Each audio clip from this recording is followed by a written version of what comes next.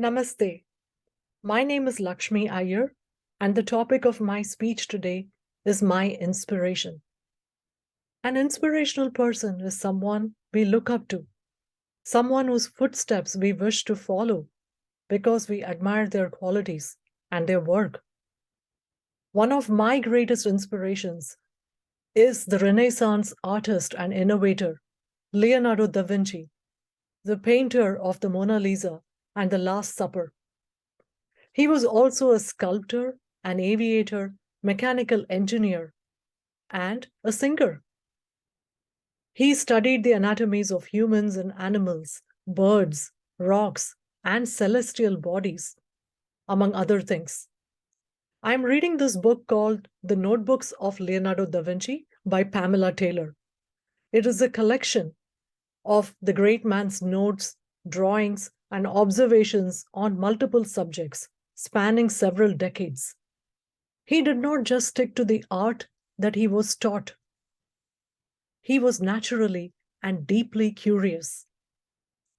He also felt at a disadvantage at not receiving formal education, and as he mentions in some of his journal entries, he was probably scorned for it. However, he chose the path of observation and experimentation over established dogma. In our day and age, we are conditioned by our education system, by society, and social media. We tend to follow data instead of understanding it. Of course, science today is very complex and it needs organizational structure.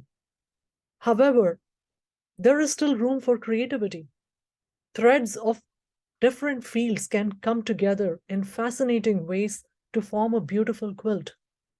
Steve Jobs' course on calligraphy that he took at Reed College inspired the fonts on Apple's early computers.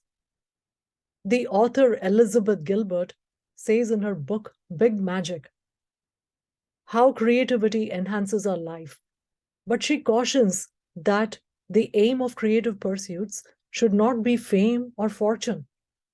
Sri Krishna said in the Bhagavad Gita, Karmanyeva dhikaraste ma phaleshu kadachana. The fruits of our labors are not of our choosing. Leonardo studied flying objects because he was fascinated by flight. He was centuries ahead of his time, and some of his designs have been proven to work. However, in the 15th and 16th centuries, this was an outlandish idea. And what reward could he possibly get for studying rocks, storms, stars, and birds? My mother used to say this, that famous scientists do not hanker after fame. They do the work because they are naturally curious. And that should be our motto too. Follow our curiosity. Leonardo was also a compassionate soul who was vegetarian by choice. He would buy birds in cages at markets and set them free. I too am inspired to hone my abilities to the best that I can. Stay curious and be kind. We all have multiple talents. Imagine how far each of us would go if we nurtured them. Thank you.